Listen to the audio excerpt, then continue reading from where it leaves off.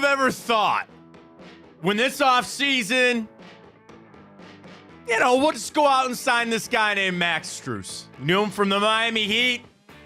He's a three-point guy. Had some ups and downs with him, like any shooter. Cold spells. Last night was one of the greatest 5-minute shooting displays I think I have ever seen for anybody that's ever played for the Cleveland Cavaliers. The three-court shot, but then that corner three after Kyrie fumbled the inbound. The ball was barely touching Max's hands before it was through the net. And the Cavs get an amazing win over the Dallas Mavericks on a shot from Max Strus that I've seen all the clips are all out there. There's only one clip, Ryan, we're going to play right now on our show. And it is from our guy, Rafa, on the call last night of Max Strus's game winner. Hit it. Le restan 2 segundos y 6 décimas. Aquí el encuentro. La tiene Strus. Va a lanzar de 3/4 de cancha. ¡Sí! ¡Sí! Yes! My name is Maximus! Yes! That's our guy Rafa on the Spanish call last night. Cavs with a big win. They're right back in action tonight. We got a lot of wine and gold to talk about. We got our Tipico boost. We got our brackets. I got to retweet that. We got a lot of Brown stuff. We got it all for you on a glorious, in a way, Victory Wednesday right here on Big Play. Welcome to the show, everybody. I am Matt Fontana. He is Ryan Tyler. I took 3 years of Spanish. I retained none of it, but I know when Rafa was yelling, "Sí! Sí! Yes!" Max Strus getting it done, man. What a game last night. Dude, that was a lot of fun. That game, the back and forth, Luka, I tweeted this, remind me when he comes back to Cleveland, that Slovenian brotherhood and sisterhood there, showing up for them. I kind of forgot how good Kyrie Irving really is, man. Dude, he hit some shots that you just, lasers. Donovan Mitchell with another great game. Yeah, there's some other things with the Cavs we got to talk about, but Strus's game winner. I did a quick research, and now it's been validated, if you will. Ryan, that was the second longest game-winning shot in NBA history. I believe it. Second longest. I think it was officially 59 feet. 61 is the record. And Max Strus cashed it. And after, it was funny to hear Max say, he goes, dude, when I let it go, I knew. And when you're that hot, with some of and that's the game winner was great. I looked at some of the other threes that he hit. We would not even been in that position had Max Strus not hit those shots. That was a game of a lifetime for Max Strus. Like, you'll never see that again. You'll never have a game quite like that. And to beat the Dallas Mavericks, you could tell they wanted to win that game bad. Luka wanted to show up, is bitching and moaning left and right anyway. But you knew they were playing that out last night. They were playing really hard to get that win last night. And listen, the questions of where does this game rank, or it's ironic that you hit that shot while Kyrie is out there because of the shot that he hit. Now that shot, Kyrie's shot, helped you win a championship. Max Strus's game, that helped get you a win on a Tuesday night against the Dallas Mavericks. I'm all for it. But Ryan, that game was just so much fun to watch.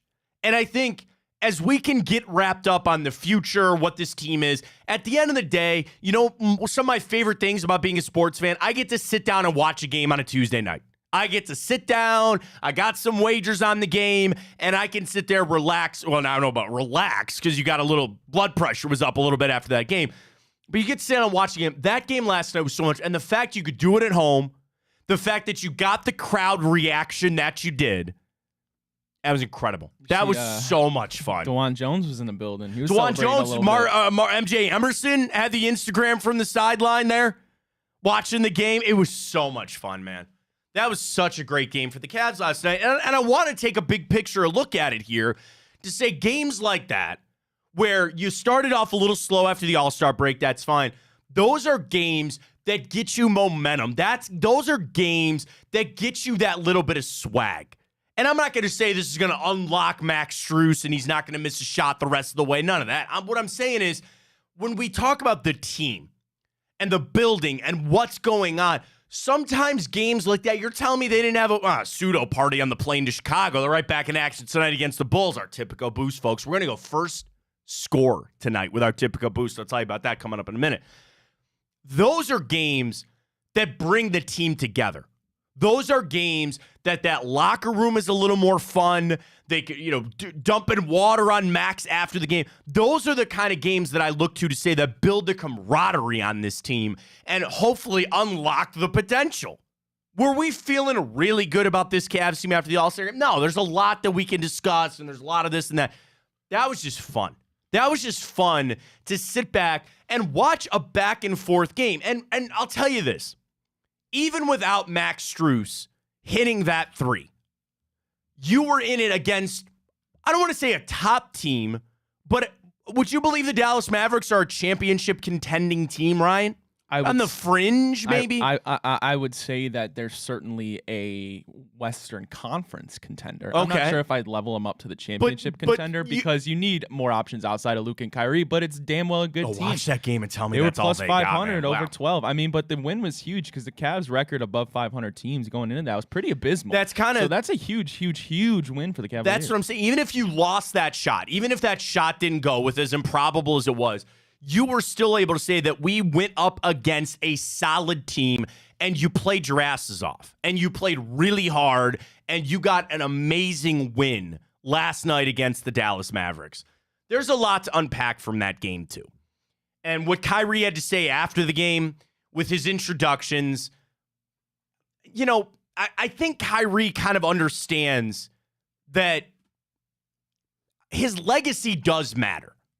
And I don't think you want to be leaving places. Last night, I think meant a lot to Kyrie. I really do. You see the video introduction. You see him kind of giving it to the crowd, what he said after the game. Did you know, Ryan, that before the game, too, he was at Shaw High School talking to the high school team? I mean, I think there's a little there of Kyrie that wants to mend that bridge a little bit and fix that. And it's not that he's coming back here, and it's not that it really, in the grand scheme of it, matters. There are people that love Kyrie for the shot. There are people that don't like how he left, all that kind of stuff. But I felt like last night, hearing what Kyrie had to say and how he reacted to the fan base, that made me feel good. Yeah. That made me feel good because it's not that I'm searching for him to say that he was wrong or regret how it went, but it's just when you see a friend and maybe you have a conflicted relationship with that friend and it's kind of a guy thing. You just give him the nod. How's it going? Just give him the nod. I gave Kyrie, how's it going, man? Good to see you.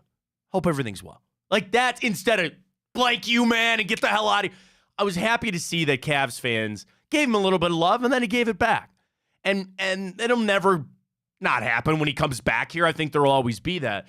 But to see him last night, dude, I forget. Again, I don't watch a lot of Mavericks games, but, dude, he hit some shots, too, that were like vintage Kyrie. And he scored. Our under didn't work. I mean, our boost didn't hit. Darius Garland, which we got to talk about here coming up in a minute, didn't hit last night, but we got another Typico boost ready to go for tonight, which we'll reveal coming up. To Garland and Mobley, this thing now about Evan Mobley's not in there. I don't know he was in there for the final plays, but I'm talking about the stretch run. And dude, this is so hard to have these conversations after a big win. And I don't want this to take away from that. We're feeling good this morning. It was a great game. But you start to wonder, what are they going to do with Garland and Mobley? Darius Garland does not look right. And whether it's coming off the jaw, which it's not so much that his jaw is impacted, it's that he lost a lot of weight. He's not the same player he was before. And what the Cavs are going to have to do to figure out how to get these guys back into the flow of things. I would have loved, and granted, I'm glad that Max hit it, if Darius had that. Because then I would feel like, all right, maybe this will unlock Darius and get him back going again. Because that game, imagine if you had a lot of contributions from Mobley and Garland. Because it seems like, Ryan, that JB, he can't trust Evan Mobley out there at times. And that's scary. That's not good. 12 points, 9 rebounds for Evan Mobley. That's fine. 19 last night for Allen. 8 for Darius Garland. 1 of 5 from behind the arc. And I didn't want to post this question because I think it's unfair to do it this morning. But who are you more concerned about right now, Evan Mobley or Darius Garland? And that brings up all these negative stuff and, people trying to make these assumptions about what the Cavs are going to be or what the future is going to hold with Donovan Mitchell. I'd be lying to you if I didn't say that was a part of me watching that game last night, where you might not even been in that situation if those guys were contributing the way they're supposed to. Well, the problem with Darius... And if I'm asking too much, maybe I'm asking too much. I don't know. The problem with Darius last night was, he had an off night shooting, no doubt about it. I mean, he was missing looks right at the rim, too. But the problem was, it wasn't just physical mistakes. He's making mental mistakes as well, which you don't want to see. That offensive foul when he tried to do that Chris Paul jump into the... Well, I mean, that's... that's one play. I understand. But that straight line and all that kind of stuff. That's like a 5-point swing right there. They come back, get a bucket, then you have another offensive foul on Donovan Mitchell that wipes away a George 3. I mean, we were lucky... that Max Strus wasn't Superman, we weren't winning that game. No, and the thing is, he didn't even become Superman until there were about 5 minutes to play. And then he showed up and sank all those threes. The other thing about that game last night, I think there's a big impact to be had about Donovan Mitchell. And that's another part, as we start talking Garland, Mobley, all that kind of stuff, is Donovan Mitchell's future. And I sent the tweet out last night, and I got some responses from some people, including one notable radio host in Cleveland, about Donovan Mitchell staying with the Cavs. And I said the Cavs can't let him leave. And the response, which I know, is this is not in the Cavs' power. They're going to give a max deal to Donovan, and they will set it up however he wants. He wants 3-player options in there. He wants this security or that. They will give Donovan Mitchell whatever deal he wants. And I know he's not going to think about this until the summer, which I get. But here's how I approach it. He's a human being, right? His needle is pointing one way or the other. And as life goes on, your needle will move. So if you ask Donovan Mitchell this morning, if you were on a resign with the Cavs, his needle is probably pointing towards yes. And maybe that'll change, or maybe it'll go further one way or the other. This stuff adds up. And we know going to win a championship is probably the ultimate piece of that. But games like that, the friendships, him going to battle for his friend in Darius Garland, all that stuff adds up. So when eventually he does sit down to come up with the decision on his future, tell me he's not going to think about that game winner against Dallas. He's not going to think about some of the great things that he's been able to do here. Now, we get swept out of the playoffs in the first round. Your needle's going to go back the other way. I understand that. But those kind of games, that's what I think builds things up. And I feel more confident than I think I ever have, Ryan, that he's re-signing. Let me ask you that, though. Did that make you feel better about the Cavs? That's a great question. Because personally... You want to put that out as our question this morning? Personally, it didn't for me. And because it took a luck shot? It took a dude who had the best shooting night of a 5-minute stretch probably this season in the last 5 seasons. All right, post that as our Twitter question this morning. That, like we just said, we don't even know our real championship contender. I'm not trying to take anything away from what the Cavs did last night, but I can't sit there, watch that game, and say I 100% feel better about this Cavs team, even though they did get one in the win column. Put that up as our poll this morning. At Matt Fontana Show. Drop us a follow there. We're also up on Instagram, at Matt Fontana Show. Twitch, Matt Fontana Show. Facebook, Instagram, everywhere. What you need with us on Big Play. I mean, that's a great question, right? Because I could look at it and say, okay, we got to start with Dallas. This wasn't the Clippers you also beat. It wasn't the Nuggets. It wasn't the Celtics. It was the Dallas Mavericks. And again, you watch them play and you go, yeah, what else do they have other than Luka and Kyrie? And those are two really good players. Again, you see what they do. They combined it for 72 points every night. Is that what it finished? 42 and 30? Is that what they had? 45 and 30. 75 points. Math is easy. 75 points between those two, and they still lost. Can I get you a little time op action today, too? Yeah. It's Luka's birthday today. Good. He's got to wake up on his 25th birthday. I went off for 45, and we still lost the game. I think your question is an interesting one. Does last night's game make you feel better or worse about where the Cavs are at? And in the victim of the moment, you would say, this feels great. This is awesome. Okay. Because the negative side is what we discussed a little bit. Garland and Mobley, and they're back here and this kind of stuff. And it's just, I have this gnawing thought that I hate. I am going to call it the Kevin Love complex. The two guys that you thought were going to be gone are now the two guys that you can't let go. Donovan Mitchell and Jared Allen. Was there not a time that we thought it's Darius Garland and Evan Mobley? And now, it's not quite that way. We have plenty of time to figure that out. I'm not trying to drag this all back down to the mud, all that kind of stuff. But on the positive side of things, Ryan, I see a fight in this team. I see a feistiness to this team.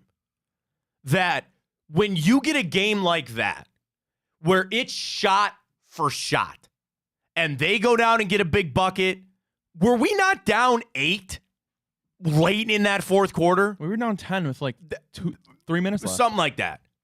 And you could have packed it up and felt, no.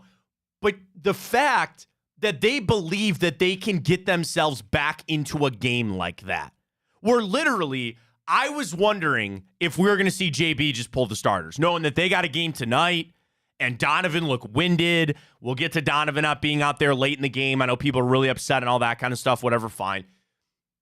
But the fact that they fight in these kind of games, that is what you will have to do in the playoffs. You will have to do that in the playoffs.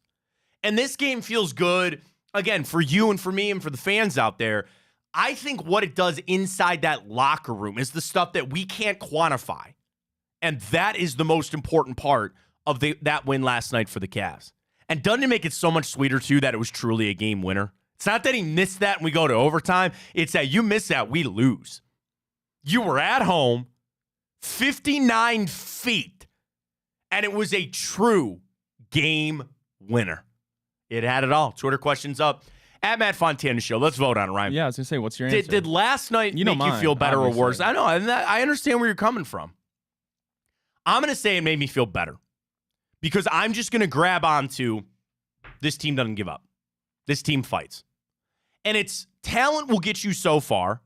And in the NBA, probably more than, I don't want to say any sport, but maybe any sport, there's a true talent gap. Baseball, it's kind of negligible. Football talent is important, but there's so many other things with play calling and coaching and that kind of stuff. Basketball is, if you have the best players, you're usually going to find a way to get wins. I'm not discrediting coaching or anything like that. So talent gets you that far. But a team like the Cavs that might not be as talented as some of the other teams, where they can make up that gap, is what I saw last night, is a will to win. A want to fight, a scrap it on out type of thing. And if I really want to try to pull the positives out of it, what did you have when you that game last night? 3-point shooting. What was the issue with the Cavs? Well, from two guys. Well, that's a guy. I don't know. Was it or was it not the 3-point shooting, Ryan? Yeah, okay, but like, was it or was it not the 3-point shooting? I know it was basically two guys drained 7 threes each, matter. and then you have Mobley and Garland combined 1 for 8. Doesn't matter. It does matter. Doesn't matter. It does matter. All right. I'll try it this way then for you. You signed Max Strus to do what? Yeah, make threes. Shoot threes. He won you a game last night on doing that. About time. He's a shooter, man. They go through cold streaks. It happens. Hopefully not tonight because our Typico boost. You checked. Is it up? I don't know. I don't know how you can sit here and then tell me, though, that made you feel better. Like, I don't, like, if your ultimate goal is to go as far as you can in the playoffs, like, obviously that's your goal. I don't know how you could watch that game and say you feel better. You can't tell me you didn't win that game purely because one dude turned into Superman. And then you have Donovan Mitchell, who's also just incredible. Like, yeah, I get that. Our boost is plus 1,200, Ryan. Well, that's what happens when you put a first bucket in. First bucket, new thing on Typico. First bucket score. Holy cow. We'll get that up for everybody here in a minute, dude. Plus 1,200 on our boost. I'll tell everybody about it in just a second. Yes, okay. If you want to boil it down, I would like George Niang to hit some more threes. I would frankly really like Darius Garland hit some more threes. But you signed a guy to do that job, and he did it. And the Cavs' three-point shooting, I know Garland's having a down year from that, but overall, they've kind of found their way with it. Trying to pull the positives out. I feel better. I feel better about the Cavs. And I will tell you, another reason I feel really good about it, you could have let this lull after the All-Star break start to fester. They're in this stretch right now, and we discussed a little bit. Nobody in the NBA has a stretch like the Cavs. 12 games in 18 days. 5 back-to-backs in there. One of those tonight. You could have lost that game. Should you beat the Bulls tonight? Yeah, probably. But I could start to see this slip away a little bit.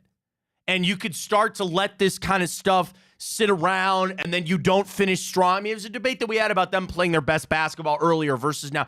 I really think this win could unlock some things. Now, to your point about feeling better or worse, I got to see what that unlocks. And that's also not making it sound like I thought the Cavs were in the bottom barrel, right? That makes it sound like we've been playing like crap and we needed something to unlock us. I'm looking at it more of the fight that you see. Frankly, again, yes, some of the efforts that you're seeing from individual players, but I also think you just got a big win when you needed it bad. You got a big win when you needed it bad. When you go through these stretches where it's just a gauntlet, it is just absolutely brutal. Wins like that give you a little pep in your step. Okay. And again, I'm just projecting. I was obviously not on the plane. By the way, do you know the Dallas Mavericks plane was here? You see that big plane out on Burke earlier? It was right when I was filming. It's gone. That had to have been was that the Mavericks? It had 100%. It had to have been. No, Josh's son saw Kyrie. Oh, really? Yeah. Cool. Do all the team? That's weird because I don't see the big planes come here. Maybe sometimes they go to Hopkins, but I saw it gone this morning. I was like, oh, that had to have been the Mavericks plane. But anyway, I digress. The thing is, for Donovan, he was on that. They're on the plane. They're in Chicago already. He might have thought, maybe tomorrow night. I know he sat out those 2 games with the illness, but he didn't look right last night. He looked tired. And you think that's a game that really moves the needle for Donovan? To play tonight, yeah. No, I mean in future, general? Yeah, I do. I don't know about that. Okay, it's not that when he sits down. Right, I know. I get what you're saying. Here's your max contract. And he goes, Max Strus hit that 3. Where do I sign, baby? Where do I sign? Max Strus. If that happened, if that was true, then Max Strus deserves to get a statue out there if he keeps Donovan Mitchell. I'm talking about how Donovan feels about the team. And when people talk about his feel, they get wrapped up sometimes in what's going on the court. You can't forget that a big part of that is what's going on in the locker room. What's going on with his teammates, with the coaching staff. Because, again, ironically, that Kyrie was here last night. What dissolved that? That had nothing to do with on the floor. That was everything else. So it's not the biggest factor because I do think on the court is a bigger factor. But we know how it can go when players don't get along. We know how it goes when they don't like the locker room that they're in or the vibe that they're feeling. And I'm sure Donovan Mitchell's on a high right now. The only thing would have been better is if he would have hit that shot. But that, I just think it's a small, I don't say it's the biggest factor, but I do think it's a factor. Can you retweet? Yeah, what do you want? The poll. Oh, yeah. Sorry. We got a lot of things going on. But the whole thing about Donovan Mitchell and why it's funny. Oh, I got to retweet the bracket again. The whole thing about Donovan Mitchell and why it's funny is because none of this matters in the regular season. We could win 70 games and go get bounced, and he's gone. Sure. And that's what I'm saying. That's, again, I'm not saying it's the biggest factor, but I'm just like how he feels and the belief that you can win. I've never seen somebody bank more threes than Donovan Mitchell in my life. Bank 3 was pretty good, too. Is that a shot at Donovan Mitchell in his shot or something like that? No, I mean... that was even more impressive thing about Strus was he did not bank that in. That was pure. That was about as good of a 3 as you've seen from people on the 3-point arc. Like, that looked like a 10-foot jumper. If you'd have just shown me the ball going through the hoop, I thought he'd been 8 feet away. And he was 59 feet away. Probably never happen again. That probably not happen again. I don't know. But it was a great game last night. I'm feeling better about the Cavs after that game. Our Twitter question is up. Our bracket is up at Matt Fontana Show. He talked, Donovan sent a tweet too. I was desperately trying to call a timeout as Darius Garland got freaking tackled. I mean, I know the guy was going for the ball, but I kind of like the no call. I'm all right with letting him play it. That's fine. They got the timeout. That's fine. Mitchell not in there at the end of the game. I thought, if anything, the one where it went off of Garland on the inbounds pass, if anything, I thought Strus got hit. Well, okay, so on that, I thought they were going to review, and they kept talking about on the broadcast, and I go, wait a minute. Can they not review because we were out of timeouts? I was trying, I knew we were out of timeouts. So I didn't think we could review that. And again, where you could have been if you would have got the inbound properly, all that kind of stuff. Mitchell not out there at the end. I mean,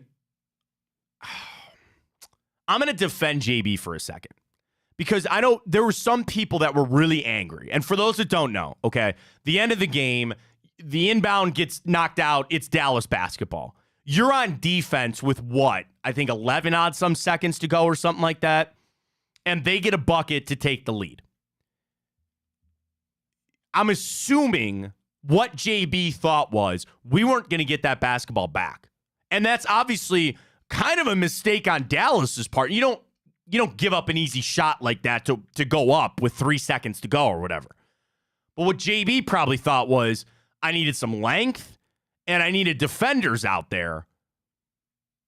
I don't know. Do you look at that with JB not having Donovan on the floor there at the end? I'm assuming JB thought they weren't getting the ball back. Yeah, I mean, they were either going to shoot and miss and we were going to win, or they were going to make it and we weren't even going to get a look at it. Yeah, I mean, realistically, I don't think it really matters. You're out of timeouts. You couldn't call it and advance the ball, which again goes back to that Garland thing.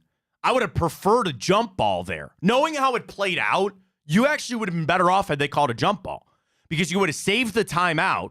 They stole the inbounds anyway, and you would have been able to advance the ball and get Mitchell back in the game. It's kind of a fluke thing. Isn't that crazy how that all plays out? Because the other thing, they could have called a travel. Darius rolled over. You can't do that. Dude, yeah, no. If you have possession, which you have to have possession to call a timeout, so it's clearly Garland's possession, he rolled over. That's a travel. It should have been a turnover right there. Crazy game, man. That was such a crazy game. It was so much fun, though. All right, we got a lot going on with our brackets. They're up at Matt Fontana Show. I retweeted them at Matt Fontana 83. We're doing our bracket of the best fast food chain. Chick-fil-A running away with it. Chipotle's got a lead on Mr. Hero. I think Chipotle's winning the whole thing. No, they're not. I would put $1 million on it. I said that before we even. That's why I didn't even want to put I need some love here. I'm making the call here. I'm making the call. I need some love for Mr. Hero. If Chipotle, no, actually, I'm not going to say this because then it's going to get rigged, so never mind. What? I was going to say if Chipotle doesn't win, I'll wear a dress to the show. But that's not going to happen because then it would get rigged, so I'm not saying that. We need some Mr. Hero love here. Cast your votes. I blame you for the seeding, by the way. Why'd you put Mr. Hero against Chipotle? It doesn't matter. It wouldn't have beat Chick-fil-A. Chick-fil-A's running away with Group 2. It wouldn't have beat McDonald's, and it's probably not going to beat Wendy's, honestly. Groups 3 and 4 go tonight. McDonald's does go tonight. Wendy's goes tonight for your favorite fast food chain, so we'll get to that coming up. We will get to our Immaculate Grid again today a little bit later. We got the morning update as well, and we got a lot of Browns that we're going to dive right into coming up. Barry spoke yesterday. Andrew Barry spoke yesterday. The restructures. We did get the Denzel restructure this morning. We got all that to come up. But Ryan, do we have it? We got it. Here we go. Yeah! For the first time ever, folks, we're going to go first basket scorer tonight for the Cavs. Jared Allen was our pick. We got some tweets. I got some texts. Shout out to my buddy Nick. He was loving Jared Allen. Folks, look at that. Cavs money line.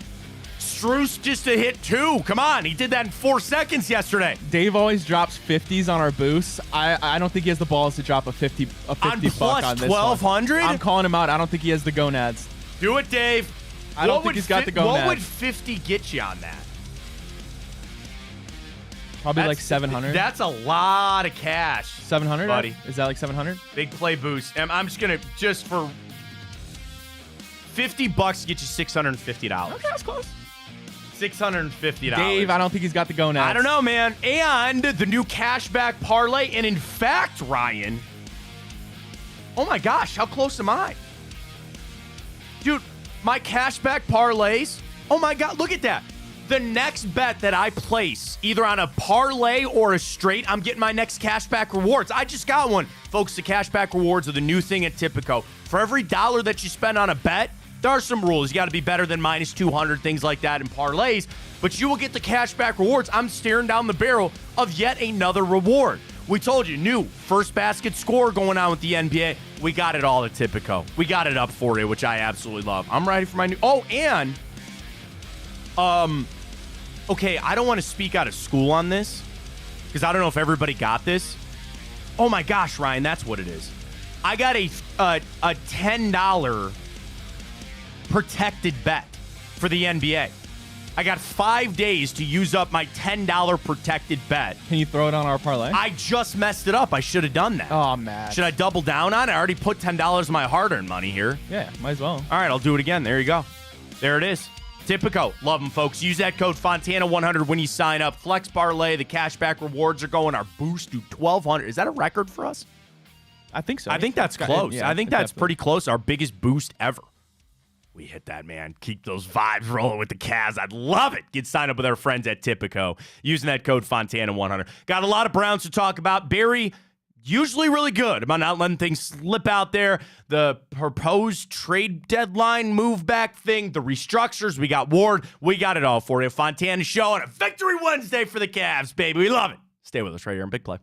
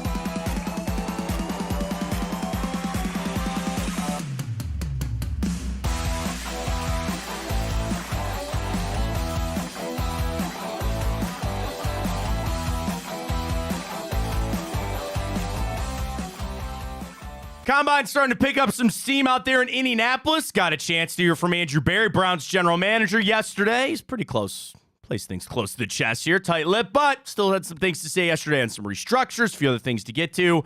Let's Let's get to it right here. Fontana Show, welcome back right here on Big Play. Cavs boost is up on Typico. Our Twitter questions are up at Matt Fontana Show. We got the morning update, Immaculate Grid, and Time Hop all coming your way this morning here on the show.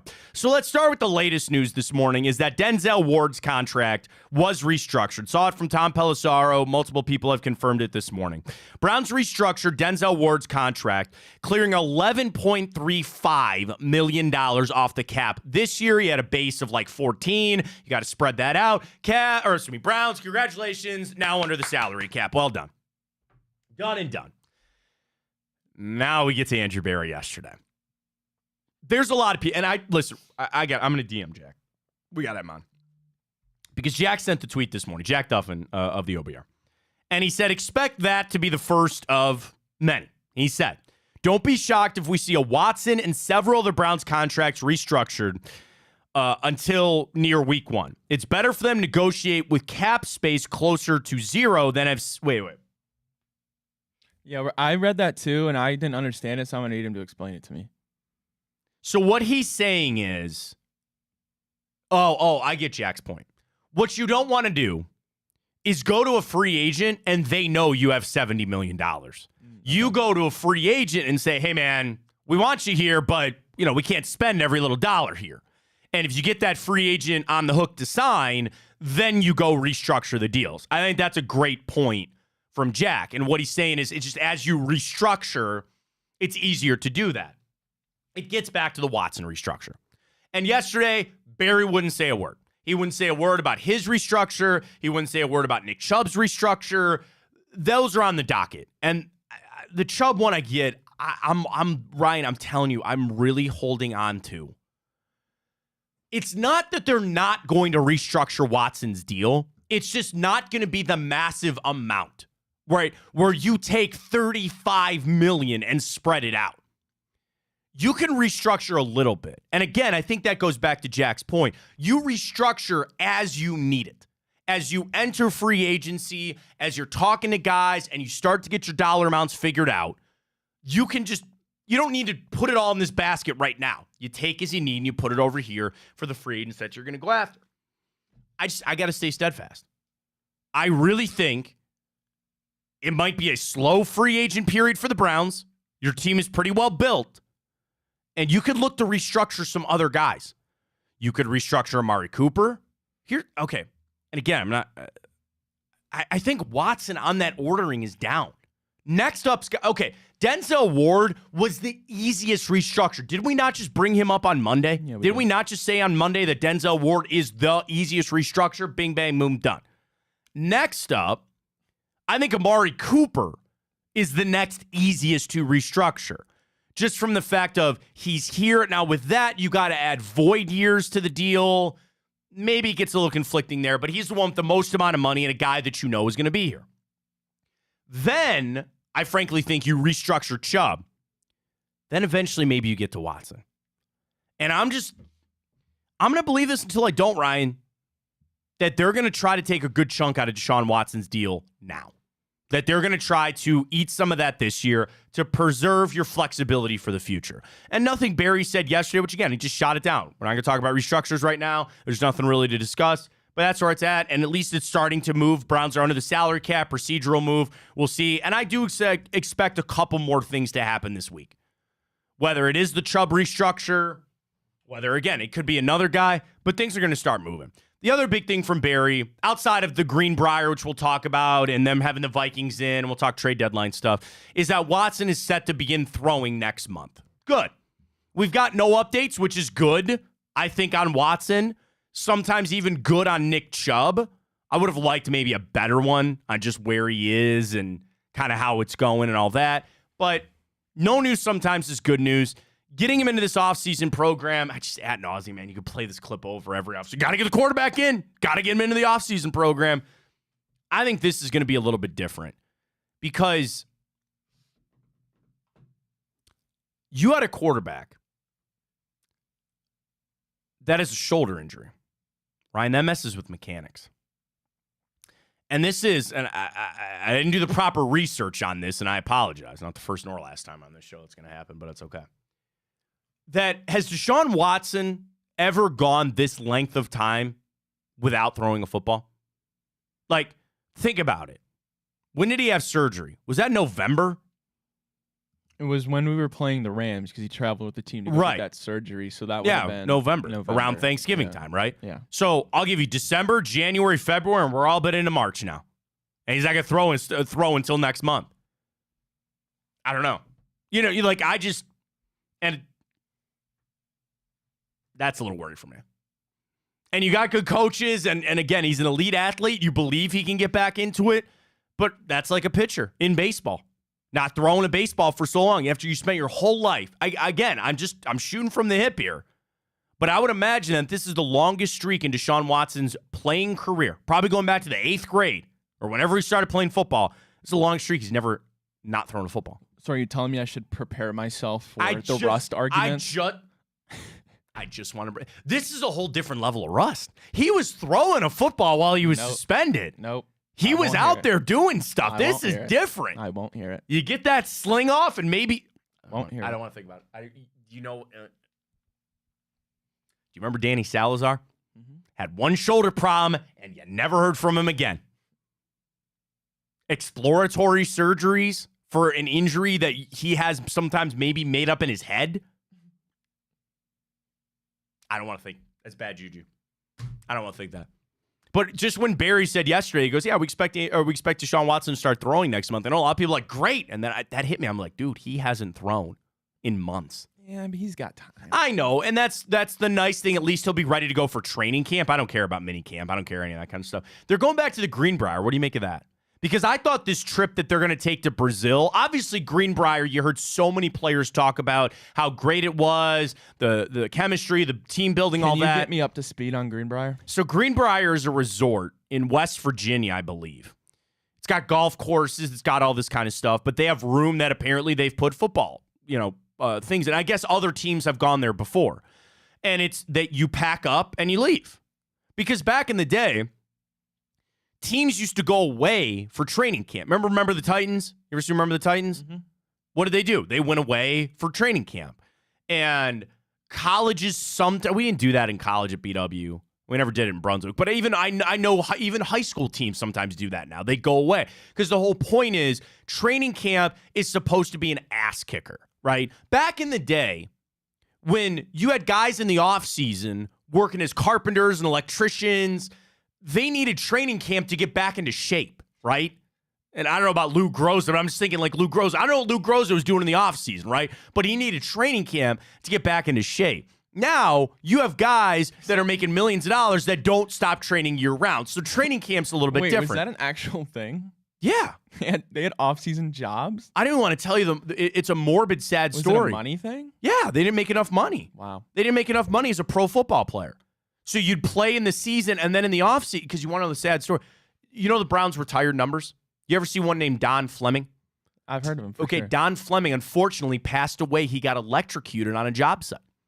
And that's why, unfortunately, why his jersey is retired by the Browns. He was in the middle of his career, working an off-season job, and unfortunately passed away. Didn't know that. So now you have athletes that make all this money that this is their sole job. All they do is work out. They don't need training camp from that standpoint. But there's still the mental side of it that we go away, we suffer together. You ever see coaches that wear long pants, long sleeves, and a hoodie when it's 92 degrees outside? Bill Belichick. Talk to those coaches. They go, our players are suffering. I want to try to suffer with them. Because it's a building thing. It's not you guys got to go over here and do this. It's we're in this together. And there are teams that still go away. The Pittsburgh Steelers go to, I think, Latrobe, Pennsylvania to go practice. They've done their training camp there, I think, for 40 years or something like that. What's the team that goes to California? Is it Dallas? Let me look at this real quick. I'm going to Google this. You guys know me. NFL teams, training camp locations. It's like they listen to me. I know they are. Do. I know. But it's like they listen to me. So this was for last year. So like Arizona, the Cardinals, they're at their stadium. But Atlanta, they go to Flowery Branch, Georgia. You know where Baltimore goes? They go to the Under Armour facility. They're in Maryland. That makes sense. Buffalo, they go to St. John Fisher University. Carolina, they go to Wofford College in Carolina. Obviously, the Browns are there in Berea. That's the Dallas. They go to Oxnard. That's it. They go all the way out to Oxnard to go do their training camp. And I know that there's a big dollar thing involved because you make money off doing it at home and all that kind of stuff. But them going to the Greenbrier, I heard I got to tell you, I think it was pretty unanimous from the team last year and the players that they loved going to the Greenbrier. And you got to give credit to the Haslam's. I tell you this, man, that's not a cheap ticket. That is not a cheap check to write for the Greenbrier. I'm talking millions of dollars. Millions of dollars that you really do not have to spend, but they do because the team wants to do that. Don't forget that. That's important stuff. That's taking your entire operation, training staff, equipment, the media people, Gibbs, Nathan, and Bo, they get to go. All that. An easy thing to do. So going to the Greenbrier, I think, is great. They'll bring the Vikings in for the joint practice, which is the future. The future, I'm telling you, will eventually be a 2-game preseason schedule with joint practices and an 18-game regular season schedule. I got to tell you, Ryan, I'm shocked that we're not in an 18-game schedule already. They have to play 20 games. That's the deal for the TV people. Then you got to go 2 buys. Probably. I would, probably. I just think the issue is that all you can do is push it back. I don't think they want to start before Labor Day.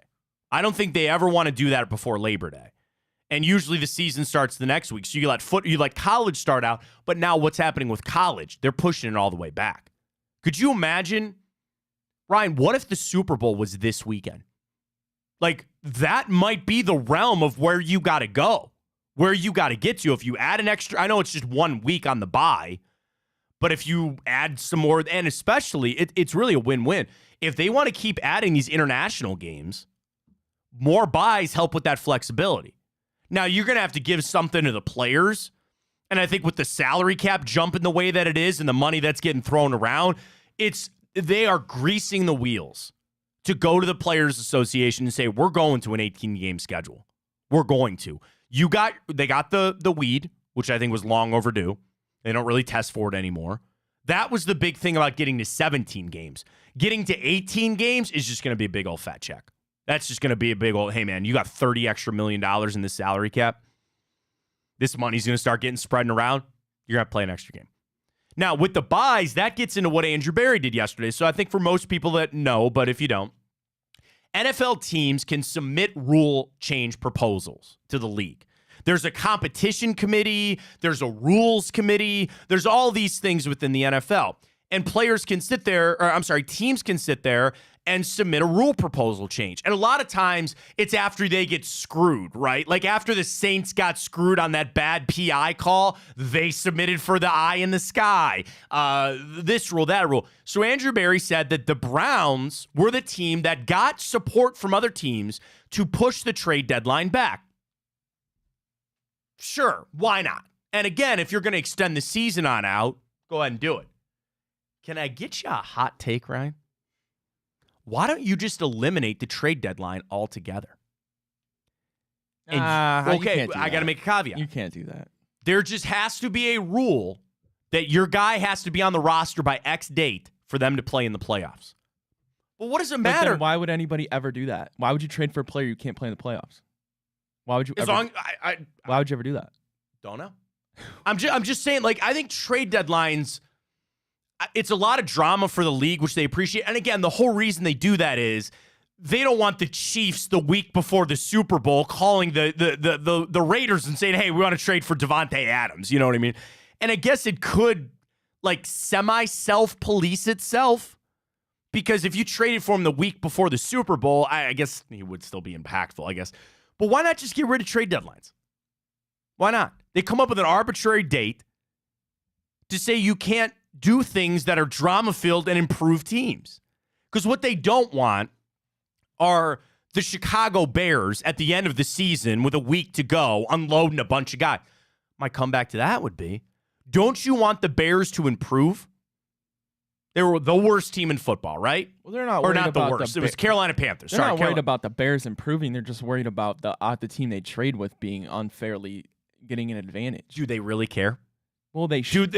But think about what you just had. You're right in asking that. Do you think the NFL would actually care if the Kansas City Chiefs got a little bit better? No, they Sure, would they not. wouldn't, but No, fans they would be in an uproar. Not Kansas City fans. Well, And it's an open market. Go out and make any trade you want. Anybody else can go do that too. Could you imagine that? you're tripping. That's the first thing, like when everybody brought it up, because again, what are you going to do, debate about a couple of weeks here? What if you just got rid of it?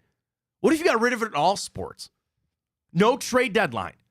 Think about the ebbs and flow of a season and how different it would be. Now, the reason, and we know the Browns are submitting this because they lost Deshaun Watson.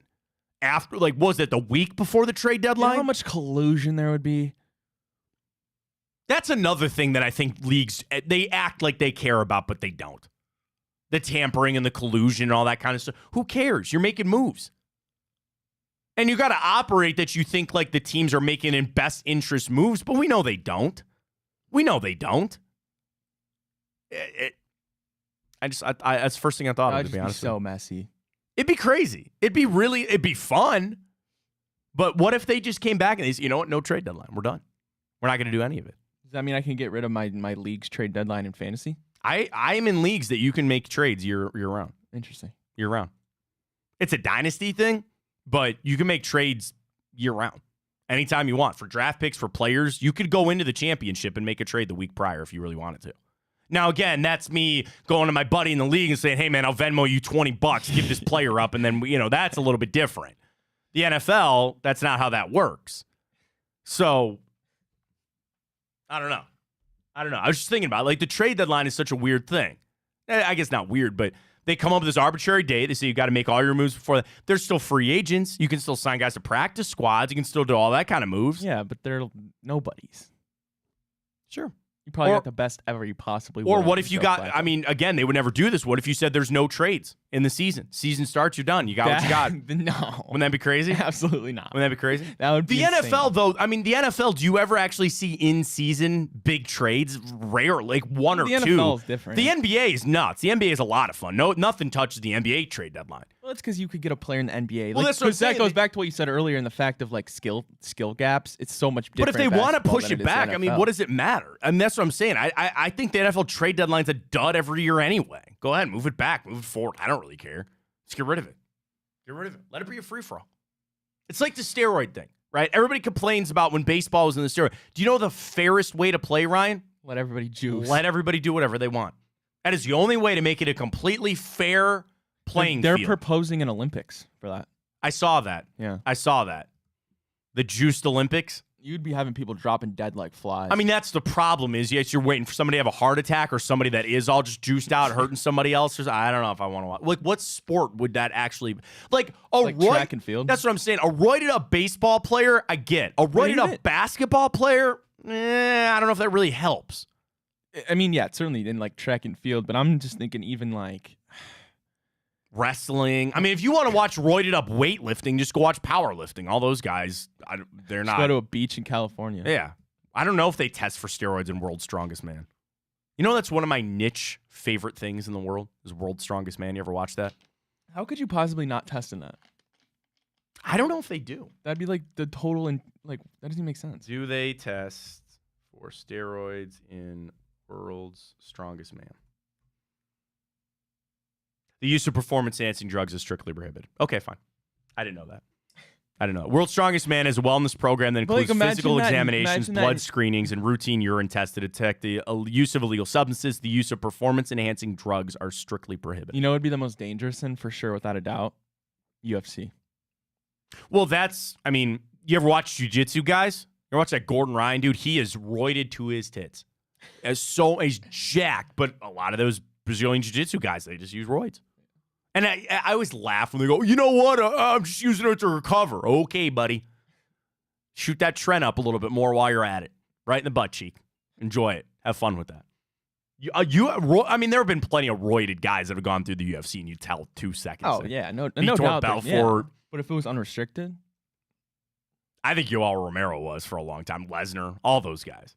But, yeah, that'd be kind of fun. I know what you're talking about. They're actually coming up with this idea that they would just do competitions where anybody can juice as much as they want. Stupid. Just do it as a. All right, our Twitter questions are up at Matt Fontana Show. A couple of questions this morning. First off, we're asking everybody, did last night's Cavs game make you feel better about the team? We're about 55-40, 56-44. Yes. John on Twitter, Garland's still a mess.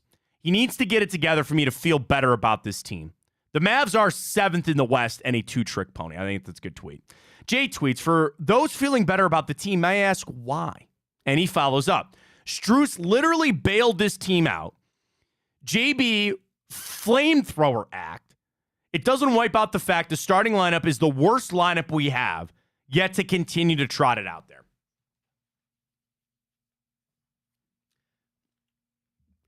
I think there's going to be a change there. What? I'm just saying he's spitting. John? Yeah. Or Jay, I'm sorry, on Jay. Twitter. You're not wrong. I think it's going to change. I do believe eventually. But how do you expect JB to do that? No, it's not that I don't expect him to do it. No, I don't mean you specifically. I just mean, like, how do you, like, at least you got to see a big sample size to be able to do that. That's exactly my point. And I can't go back to what the lineup was at the start of the season because it's different now. Okay, I'm going to do this for just a minute. And I want to preface this by saying that I like Darius Garland and I want him here. And I don't want him to go anywhere else. But man, does he got to get this figured out. I am beyond the games to get back. And I understand that he lost weight having his jaw shut. You know, Terry Pluto had a point. You get hit in the face that many times, maybe you start to change things. Because think about it. How often he's catching this, man. He's got to get his strength back up. He's got to get his three-point shooting. He might be the key to all of this. He might truly be the key to everything. Because I see what it looks like when he's on. He's doing what Max Strus did last night. And I know that there's a lot of conversation about the two-guard system. We're now applying that to the two-big system. And maybe the Cavs are trying to go against the grain on this. That's what they've been doing for a little while, right? The two-big look. You got that with Gobert and Karl Anthony Towns. But that's about it. So the conversation that we have that maybe you can't truly win in this NBA by playing two centers. Let's call it for what it is. Evan Mobley is a center type of body. He's actually the new age center. Jared Allen's a little more old school. So maybe it's been proven that you can't do that. Can you play a two-guard system? I can't remember. Somebody was talking about this too with Kyrie. He needed to find his way to play with Luka. Luka is the point guard. He's so slow, by the way. It's so funny to watch him just like meander up the court so slow. But Kyrie's had to transition to basically like a 2. He's not the ball handler anymore. Now, it doesn't mean that he still can't slash and score with the best of them and drain threes like nobody's business. Maybe that's the shift. Is the shift now, Donovan Mitchell's your point guard, and Darius Garland's going to have to be your off-ball guard. That's a tough conversation to have. You mess with money, you're messing with flow, and you're messing with what your thought process was. The Cavs' thought process was Darius is your point. Maybe Donovan's off. And who knows? Is that Donovan's best interest? Is that what he wants to do? You're right, Ryan. JB needs a bigger sample size. You want to know the best thing in the world? You got a little time here. But I can't tell you how important I think it is that Darius Garland gets right. And I'm not ripping him for being wrong right now. But I think that changes everything. If you get Darius Garland back to the level that you believe he can be, changes everything, man. It does. And I need that bad. I need it really bad. Let me ask you this, Matt. Not to be pessimistic here today. Sure. More than I already have been. Is a first-round exit, in your opinion, a possibility? Yes. Yeah. I mean, again, you catch the wrong matchup. I don't even want to think about it, but you lose a player here or there. You're down. Absolutely. Absolutely, that could happen. Now, I see how this team plays in stretches, because the one thing that I will always go to about a series, about a playoff series, is how you approach the series. This isn't just 1 or 2 games. It's 7, and you need to win 4. And you see teams that know we're not winning tonight, but that's fine. We're already up 2-1. or we didn't get a chance to close them out, but we're going to come on back. Warriors. Huh. All that factors in. So I look at more, how do I see the Cavs? The Cavs, outside of December, they've not gone on this 3, 4, 5 game losing streak. And that gives me confidence. Not always the same opponent. And that's another ebb and flow thing to the playoffs. Adjustments, you're facing the same team and all that. I feel super confident that the Cavs in a 7-game series will play well and know how to play it and know how to. I'm not talking the Celtics. The Celtics are a different animal. Maybe even the Bucks in the second round. But the opening round of the Pacers or the Magic or even the Heat at this point, none of those teams give me a fear. And people might be upset if you had to go to 7 games to beat the Orlando Magic. I wouldn't. You win the series, that's fine, and people get wrapped up in trying to sweep so you get the rest and all that. We'll cross that bridge when we get there. But I feel super confident that but yes, it's on the table, absolutely. You know, for the Celtics, no. For the, dude, here's the, okay, let me ask you this. Of the top teams in the NBA, here's what I'm going to do. Is it possible for them to lose a first-round matchup? That's your question. I'm going to give you the team. You instantly say yes or no. Boston Celtics. Could they lose Could they lose a first-round matchup? No. Boston Celtics. No. Cleveland Cavaliers. Yes. Milwaukee Bucks. I mean, I want to say no, but yeah, sure. I mean, but that's the problem. You're going to go down this list, and every team I'm going to say yes. Every team I'm going to say yes. Every team I'm going to say yes, except the Celtics. The Clippers.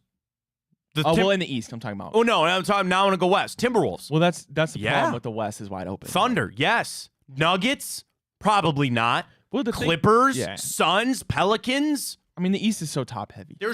I think there's really only 3 teams that you would really feel bona fide, no questions asked, they're not losing in the first round. Fair. I think that's Boston. I think that's Denver.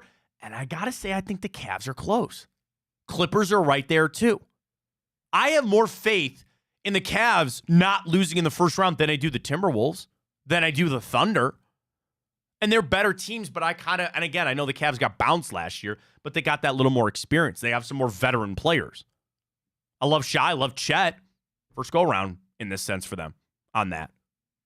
And the matchups are important. The seeding is very important with that too. I'm borderline yes with the Cavs. I don't feel like there's a way they could lose a first-round matchup, but certainly it could potentially happen. All right, we got the morning update. Plenty of stories coming up that we got to jump into. We're going to get back to our immaculate grid this morning a little bit, but I feel like we're circling it. Is it cheating if I did a little research last night? Yes. Okay. Well, no, because you don't know what. I don't know what the grid was. Yes, no. I just started going through some for draft Jeopardy. I did. I started going through some more draft picks and started going through some more of that. So we got our immaculate grid coming up. We've got more Browns I want to get to as well. Some things from Andrew Berry. Combine starting to heat up. And oh boy, Caleb Williams changed his tune just a little bit now. I've got another edition for the morning update of the world's stupidest people. Okay, granted. As long as it's not me, that's awesome. We got the morning update coming your way next, folks. Big play.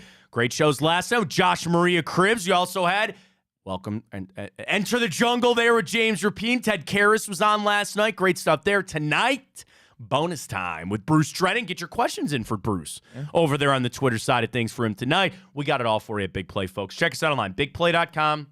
You can just follow Big Play on Twitter, Instagram, our YouTube channel, and you'll see all of the shows. And you can drop a follow for all the shows that you're trying to watch. Boobies World, Chico, Big Play, Big Bets, all of it. Hanford, we got it for you right here on Big Play. Got the morning update. Stay with us. 10 o'clock hour upon us right here on Big Play.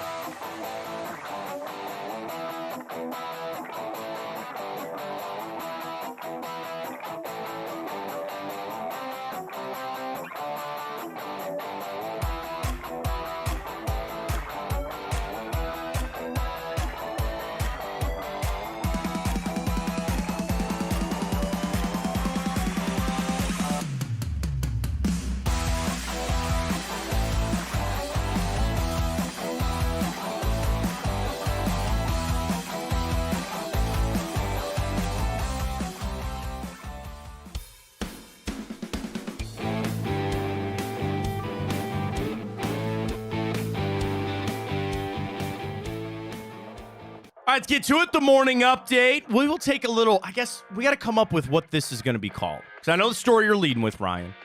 And this is a little like, that's what I'm looking for. Not vicarious, but you're glomming on to a little bit of fame here when it comes to the Cleveland Cavaliers. Get to it, morning update. Take it away. Alrighty, Matt. Well, if Cleveland's lucky, we might get an influx of Cavaliers fans coming in here very shortly. Why? That's because Patrick Mahomes and Travis Kelce on Twitter were certainly watching that Max Strus game winner, and we all know Travis Kelce's connection here to Cleveland, given his love to the Cavaliers. We saw how that worked out with Taylor Swift. Everyone became Chiefs fans, so maybe we'll get some Swifties here in Cleveland. What's the word that I'm looking? You know what I'm talking about? We're going to steal some of this. Like, we're bandwagoning in a way. Like Taylor, we're bandwagoning? No, that's what I'm saying. Like, we get a little bit of the fallout. I guess is kind of what I'm looking at. Like, you have this meteor that is Taylor Swift. Yeah. And she's making hundreds of millions of dollars for the Chiefs. She's making it all for the NFL. Cavs sit there and sprinkle some of that, sure. They watched that game last night. What are Max Strus jerseys doing this morning? Going through the roof? I would imagine so. Can you imagine you get Kelce in a Strus jersey? If Taylor in one. Dude, no joke. If the Cavs were smart, they'd call Travis Kelce this morning and go, can we send you a buttload of stuff? They're 100% doing it. And I'm not saying that Travis doesn't already have Cavs stuff. He's a fan. He's a Cleveland fan. But, dude, could you imagine you get them to a game? Get them to a game? I don't even want to imagine. Well, I mean, again, I'm not trying to plan out the dates there for Travis and Taylor. I will. I'm assuming that they have.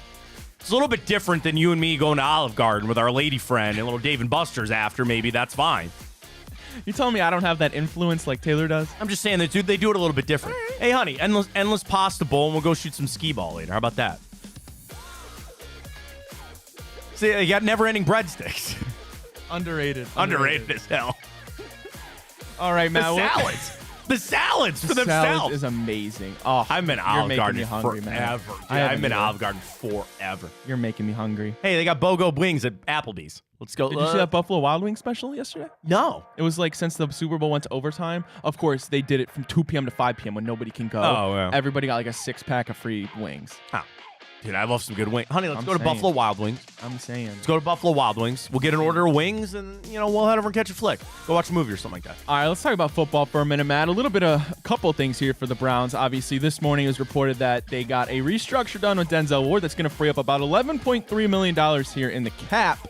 Potential moves can be made there. And also, Andrew Berry sent a team proposal to the NFL that maybe they should not merely extend, but push back the trade deadline. I look at it, the restructures, swipe of the pen, done and done, don't got to worry about it. Then, what I also want to caution people on is just because you have the cap doesn't mean you need to spend it. And every team needs a buffer going into the season to sign active roster guys and injuries, and all that kind of stuff plays out. But people look at it and go, okay, we got $11 million. We're back under the salary cap. Who can we sign for $4 million? Oh, wait a minute. Who can we? You don't always have to spend all of it. And I understand the Haslams have a lot of money and they're willing to cut checks. But Andrew Berry, one of the reasons you are in this position is his flexibility. I don't really watch a lot of other general managers in the NFL. But the one thing I can tell you about Andrew Berry, he maintains flexibility. That's important for all of us as we get older. Stretch those hammies in the morning. Stretch out. He maintains the flexibility for the team. And part of that is maybe not always spending every last dollar. It's part of that. We're a little deficient in these areas, but we're going to have to ask these guys to step up. The thing, too, I had this conversation with somebody not too long ago. And they said, Ryan, what would you tell me the two biggest needs on this team right now? Receiver and, Matt, I don't know if you're going to like this answer, but maybe running back. Okay, I listen to that. Sure. That actually also kind of goes along with my point here, but the other one would be edge rusher. Sure. They've actually invested in those positions in the draft. Drafted Tillman, you drafted Bell, you drafted Ford, you drafted Alex Wright. Maybe it's time to look at these guys and say, Isaiah McGuire, it's time for you to step up a little bit here. And I know that these guys are not first-round Aiden Hutchinsons. I know they're not Justin Jeffersons. But you can't have first-round all-pro guys at every position. And maybe you look at it and say, we got to trust our draft here a little bit and have some of these guys step up. I think it's so, for a team that was so concerned about first-round picks, we're talking about the fan base, to go through this stretch where you didn't have one, it's like people forgot that the draft existed. And we got, you found MJ Emerson. What a steal, right? Do the same thing, but at wide receiver. And maybe it is Ced Tillman. Maybe it is him. And he had a tough year fighting through injuries. Maybe they believe that this is his breakout year. You got to give him a shot. So as much as I want to go get a receiver and an edge guy, and to your point, Ryan, maybe running back, you've drafted guys. Maybe it's time to see if they got it. And you have to do that under the guise of trying to win and go to the playoffs. Like, when people hear the word development, they instantly think you're a crappy rebuilding team. Development never stops. So you're going to need these guys who you drafted. And I'm not talking about 7th-round throwaways. Some of these guys are 3rd and 4th-round picks. They should be starters. The old adage in the NFL, in the first round, you should be drafting all pros. In the second round, Pro Bowlers, long-term starters. 3rd and 4th round, potential NFL starters. That's what I'm asking for. 5th, 6th, 7th round, diamonds in the rough, special teamers, bottom roster fill-up guys. There's no reason that the guys that you still took in the 70s, it's some of these picks. Give him a chance. Give him a chance. Now, I know you've not seen maybe what you thought out of David Bell, and you had 1 year of Cedric Tillman. But I just don't want people to forget that, because when we didn't have the draft, everybody got so high and mighty on free agency. And we got to go sign this guy and do that. I'm telling you, man, I don't see this being a big free agent thing. And I'm not saying that they're not going to sign a free agent that's a big name or do one thing. I don't think you're getting the haul that you've gotten over the past couple of years, right? Maybe I'm wrong, and we'll see. The other thing I'm keeping a real eye on is some of these trades going to start picking up steam. I feel really... Again, they talked about the tackles yesterday, too. You know, all 3 of those guys going to be ready to go and battling on out. I'm not resigned that they'll all be here. I'm not resigned that all your corners are going to be here. I think there's going to be some trades. I do. Pick up a draft pick, maybe pick up a player. We'll see how it goes. Sorry, man. I was busy begging Travis Kelce on Twitter to tweet about the Guardians. Maybe get a little more money in their pockets. God, would that be special? No, I don't know. Well, if you put it in their pockets, you're just going to see it because they're see-through pants. I watched a good chunk of that spring training game yesterday. I sent a tweet. That brings me to my point, Matt, though. Did you see that Chase nuke? Yeah. That Chase still out her, baby. Ooh, it looked like a check swing. Dude, I love when I see the Clippers or the Akron, the Rubber Ducks, and they'll send out that gif of SpongeBob where he's like, future. Chase smoke that. And then you see Mandy Bell's tweet about where that thing landed. Have you ever been to their field in Arizona? No. So I went out there the 1 year. It's beautiful, man. I don't know, it'll never be a major league park. It's just spring training and then the fall league and all that other stuff. That park is beautiful. And I'll tell you, where that ball landed, smacked it. He did. And that, dude, again, you get wrapped up in the prospect rankings and all that and whatever. There are some guys that I want to see. I'm all for Brian Rocchio being your starting shortstop. I need to see what that is. Chase DeLauder, I'm interested to see what he's got. Now, the problem is there's only so many at-bats to go around. Never mind. I don't want to.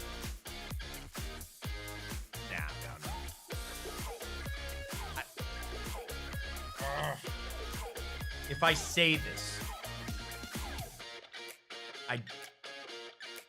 I don't want you to clip this and send it out. I think they should trade Josh Naylor away. I felt like that's what you were going to say. Yeah. Bieber, whatever. It is what it is. I think this season, for what might be a long summer with our blue and green seats over there, I'd take a good hard look at some of these guys. The Miles Straw deal, maybe not what you thought it was. Clase, I mean, who's going to take Miles Straw off your hands? I don't know. Yeah. But anyway, yeah, I watched the game for a good chunk yesterday. I forgot about Xavier Curry, man. I like him as maybe a fifth starter. Stretched him out a little bit last year. It's fun to see him. But yeah, if Kelsey could get going here with the guards a little bit, it's gonna be, dude. That'd be awesome. It's gonna be I feel bad saying that because I'm gonna be a fan. I'm gonna watch every night. And there are a few guys that I'm legitimately excited to see what they can do with some consistent playing time. I really am. But it might be a long year. All righty, Matt. Well, in this latest I watched edition, one game. They got smoked, 11-2. Yeah, And you're like, oh, pretty. they suck. I watched 2 innings, and I go, oh, my God, they're terrible. No, there's some guys I want to see. There was some guys. All right, well, Matt, in the latest edition of The World's Dumbest, I got a story for you here to get your thoughts. So, a woman got $800,000 in a disability case. I did, yeah. In what world, Matt, she loses her $800,000 because they found out that she's not disabled, but in fact, she's going out and winning competitions for throwing trees. So, do you watch King of the Hill? Yeah. Well, you dabble. You dabble. There was an episode with Hank. He threw his back out at work, and he had to go on workers' comp. And he did everything he could to try to fix his back. And then he went to a yoga person.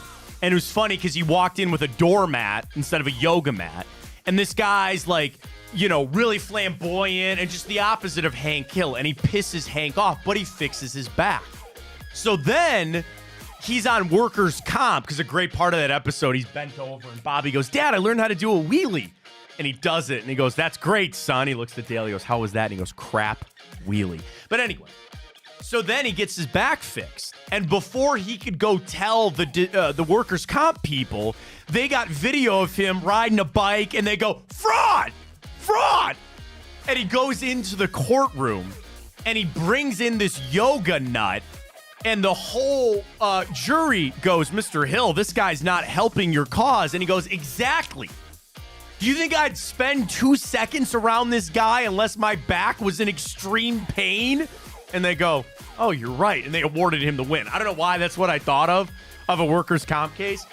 Bro, yeah, that's pretty bad. What? Okay, so that was a competition of throwing trees? Is that how she got disabled? Dude, 800 I guess she got in an accident. I was going to say, that had to have been somebody hit her in a car or she slipped somewhere or something like that. 800 grand? That's what it says. I've learned a thing or two, not a lot, but a thing or two in 34 years on this world. A lot of scam artists out there, man. And I got a rule that I'm not saying I live by, but it was a rule of my show for a long time, and it'll be a rule on this show. You're going to get caught. Whatever you do, you're probably going to get caught. Illegal things, semi-illegal things. You're just a piece of crap. Probably going to get caught. So for that chick to think I got this disability money and I can go back and start throwing. Do you know what she claimed her disability was? She have back problems or something? I have no idea. Pain and I haven't suffering? looked too far into Pain and suffering? Got to be something, but something? I don't know. I don't know. Apparently, she's good enough to throw trees. What a world that is, too. So what do you do on the weekend? I throw trees. What do you mean? I uproot a tree and I throw it. It's like those people that do the pumpkin chunking. You ever watch those people that launch pumpkins? No. How do you get? You've never seen that? No. And I've said this before. Get your nerdism. Everybody should have a hobby. Life is better when there's something that truly piques your interest and you're into. Whether it's LARPing. What? Not the LARP. I'm not knocking the LARPers, man. If that's what they want to do. No, I'll knock the LARPers. If they want to go into a park and beat each other with pool noodles. Have you seen Role Models? Yeah. Oh, yeah. Oh, yeah. You want to be a furry, you do what you want to do. I don't care. No. That doesn't hurt us any bit. No. That doesn't hurt us any bit. Do That's what you where want. we draw the line, Matt. Nope, that's where we draw the line. But I'm genuinely interested how you get into tree throwing. How do you say that's what I do on my weekends? I uproot trees and I throw them. Okay. Maybe she grew up as a lumberjack. I guess. I don't know. There's lumberjack games. I know there are people that do that. You ever think about, just to kind of relay off that, like how certain people find certain niches and stuff like that, right? What was the first dude who figured out you can milk a cow doing? I've seen that meme. I've seen it. It's you know a what life I mean? thing. I mean, just food for thought. Human beings are the only species on this world that drink another animal's milk. Think about that. The brain named itself. I did know that. A lot of shower thoughts to be had. Ooh, that's a new segment on Thursday, Shower Thought Thursdays. But nonetheless, Ryan, we got a new segment every day. It is time for the Immaculate Grid. Here we go. We are down 3-0 to start this week. Wow, perfect. It's a first-round draft pick. All right. So we're laying this up. Here's how it goes in the Immaculate Grid. You see it here on the screen. We got to go across, and we got to go up and down. That's how it goes. So we need Ravens, Raiders. We got Ravens, Rams, first-round pick, all that kind of stuff. Let's get to it. Here's how the scoring works. If Ryan and I on the same team get it laid out together and do all of it, we only get 1 point. You have the advantage here. For every open square that we have, you get a point. That is why we are down 3-0 to start the week. Ryan, we need a point. Just on the surface of looking at this, I feel really good. So let's start. Let's run on through. I know. Our rarity score, by the way, because the rarer the person you pick, the rarity score matters. Rarity score doesn't factor in for us. So, Ryan, let's just lay out quickly our first-round picks here. We can roll out Lamar, Patrick Mahomes.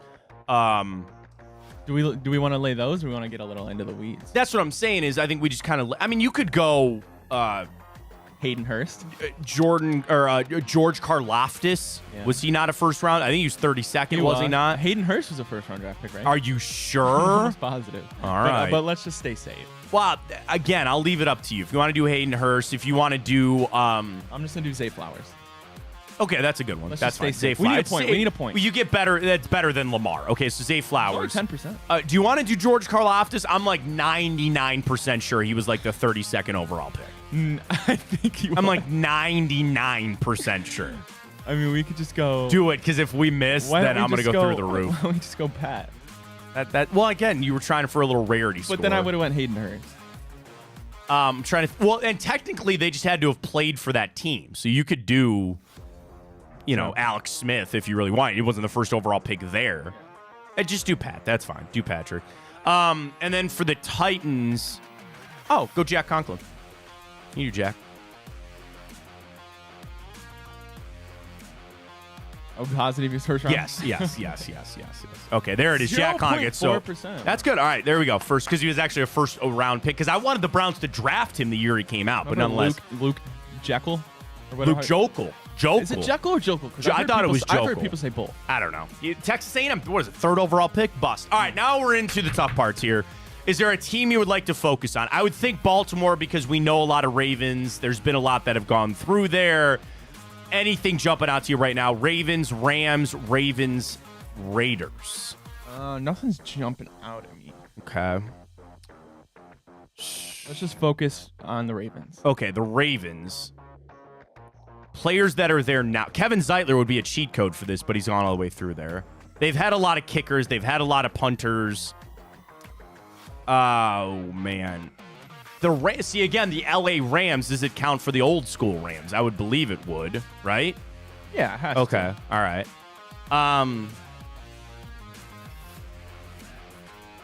God, who's the corner that they just let go?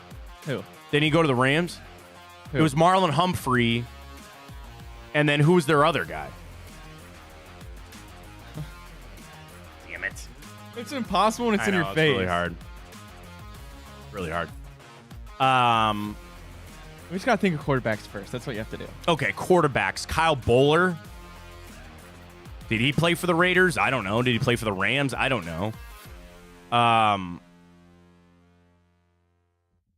man. Ryan Mallett, RIP, by the way. Did he play for the Raiders? I feel like he might have. I don't know. Ryan Mallett was there. I don't know. All right, maybe we just need to get our juices flowing somewhere else. Tennessee Rams. Okay, maybe this is a little harder than I thought it was going to be today. Oh, I got Tennessee Rams. Oh, okay, go ahead. Robert Woods. Oh, that's a good one. That's a good one.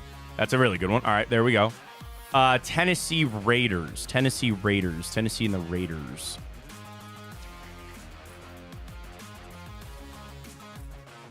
Now Chris Johnson didn't play for the Raiders.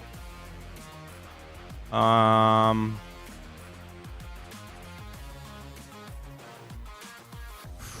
feel like there was a tight end that went there. Like, not Anthony First. That's getting into the weeds a little bit there. Jonnu Smith, who just got released, he played for the Titans. I don't think he played for the Raiders. No, he didn't. All right, think quarterbacks then. We're going to have to probably go back a little bit. Oh, man, if we needed the Titans and the Ravens, I would have a good one. Steve McNair. That would have counted for both of them. Titans backup quarterbacks that roll on through with the Raiders. Kickers. Rob Baronis. Wow, that's a name. Do you remember that? Remember Rob Baronis? Yeah. There's a good one for you. This is tough. I know, this is a hard one today. Derek Mason? No. Frank Wycheck? I'm thinking of all these people that have passed away, and this is just terrible. I feel really bad. All right, let's move to Chiefs. Let's move to the Chiefs. All right, Chiefs, Raiders. No, not like Chandler Jones with the Cardinals. Man.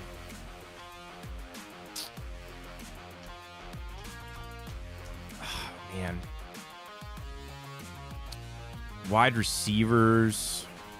Because you would think the Chiefs, they've just cycled through so many wide receivers over the last couple of years. Who's their backup right now in Kansas City? Chase Daniel, right? I don't think he played at either one of those other spots. I don't think that counts there. Alex Smith doesn't count. Trent Green? I don't think he played for either one of those other squads. Damn it. Trent Green.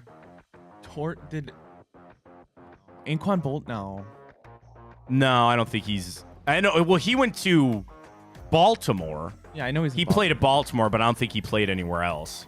He played for the Cardinals. But. Yeah. On their roster right now, like Marquez Valdez-Scantling, Kadarius Toney doesn't count. Problem. Like I only those are recent ones. You got to dig deep for these. Well, I should probably do more studying of guys of the past. Like I'm talking about like the 2000s.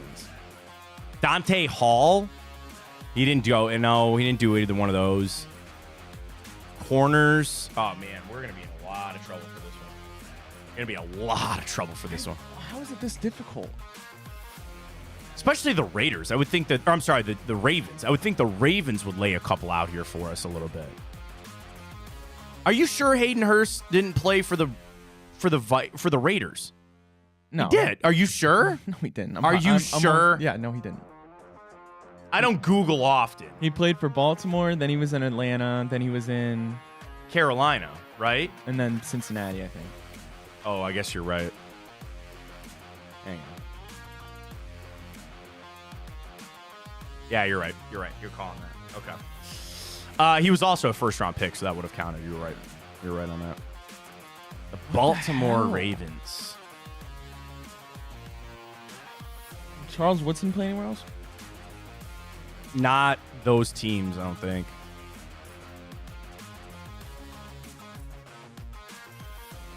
Oh, man. Fitzpatrick, we can take a look at him. I don't think he played. Actually, I know, that's Tennessee, but I don't think he played any of those other spots. All right, man. I might have to cheat a little bit here. This is crazy. I might have to cheat a little bit here. Yeah, man. I don't like. Man. Why is this one so hard? I don't know.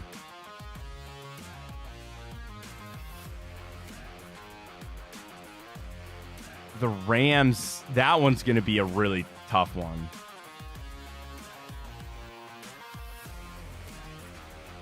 Shoot, I don't know, man. We might have to chalk this up and take a 5-point loss today. A 5-point loss. It's already 10:30. It's already 10:30. I'm brain locked right now. Like Jerick McKinnon's of the world's like the. I know that's the thing. Like you got to go with running backs. They get cycled through. Oh my God, this is so bad. I need to start studying better. I need to really start studying a lot better. Punters and kickers. I mean, Justin Tucker's been there for so long. I don't think Dave Zasted will win. Thomas Morstead. No, like Matt Barr. Chiefs. Who was the Chiefs kicker before Butker? No idea. Oh, wasn't Matt Gay there? Or is that he's too new? He's on the Rams. I know, but did they drafted him? Yeah, he's only 29. They drafted him there. Yeah. No, I mean they didn't draft him there, but he's with the Rams now. He's with the Colts. That doesn't count. Give up. Yeah, I think we might have to give up, man. 5 points today. Oh my God. I just don't understand. Like, okay, there's only 30. Let's see, Ravens, Okay. Rams. What? There's quite a few. Eric Weddle, Marcus Peters. That's what you were thinking of. Marcus Peters. That's why. Deshaun Jackson in the worst one, dude. How do we not think of this? Odell.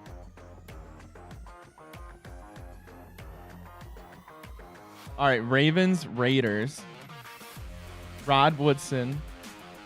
Deshaun Jackson. Marcus Peters again. Nelson Aguilar, Michael Crabtree, Kenyon Drake, TJ Hushmanzada, Latavius Murray, Willie Snead. Wait, what? What? Darren Waller? He played for the Raiders and the. He played for the Ravens. I don't think so.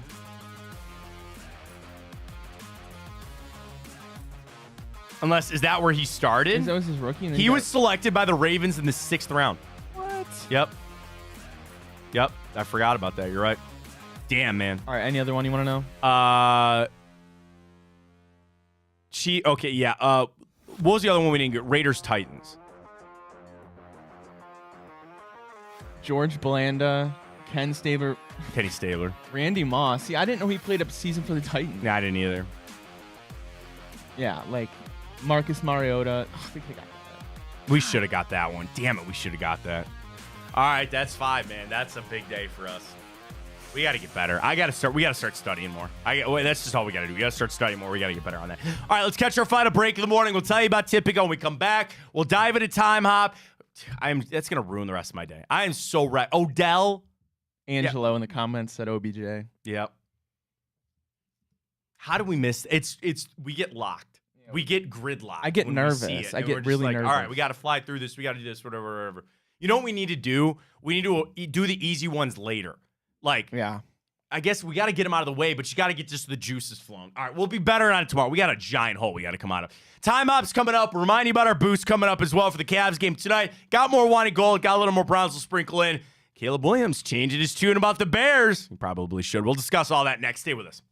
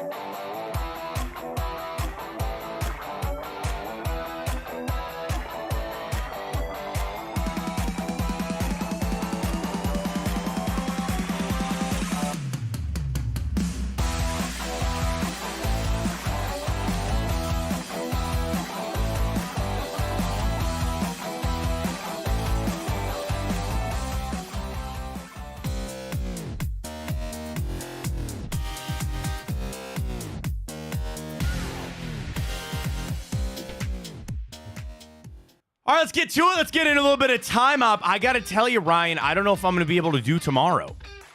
Why? It's 29th. It's a leap day. Oh, that's right. So, I mean, I'm going to go back and maybe there's something. I tell you, I don't know. So we'll see how it goes. But we do have time up fully loaded here in 2024, but 28th of February is the date. 1 year ago today, the Browns were announced to be going to the Hall of Fame game against the Jets. I didn't think they were because we're going to play the Jets in the regular season. I was there. Well, oh, did you go to the Hall of Fame game? I love it. It's great down there. That whole campus is awesome. It's really special, too, that it's, like, here. Like, everybody descends on that weekend. They don't have any Hall of Fame problems for the NFL. Baseball's got a lot of Hall of Fame problems, and nobody cares about the NBA Hall of Fame or the Naismith Hall of Fame. Football Hall of Fame does it right, though, man. And they got a surplus of players trying to get in there. Also, 1 year ago today, a guy we could have maybe used for Immaculate Grave. Browns released John Johnson. No, because he only did the Rams, Browns, and then went back to the Rams, right? Yeah, as far as I know. Yeah, I think so. So John Johnson released. I'll just say this. He was one of the coolest dudes out there. Always willing to talk to us in the media. Really nice guy. I'm glad he's back in the LA and still playing there for John Johnson. I bring this up just because 2020, Combine, Lineman Measurement Day. Mekhi Becton, big boy, at 6'7" and near 400 pounds, had 17% body fat. That is insane. I wanted the Browns to take him so bad. That whole year of Wills and Wirfs and Andrew Thomas, Andrew Thomas is the best. Well, him and Wirfs are the two best. But that was a crazy year.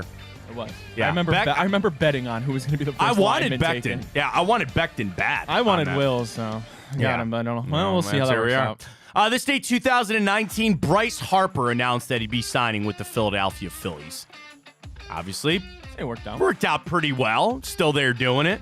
Say Shohei went yard yesterday in his first Dodgers game. Third at bat. Yeah. Who's the best player in baseball right now, other than Shohei Ohtani? Is it no? Ronald Acuna Jr.? I was going to say Ronald Acuna. Probably. I mean, Vlad Jr. The thing is, Tatis could have been. I was just going to say, I always thought Fernando Tatis was just going to take off, man.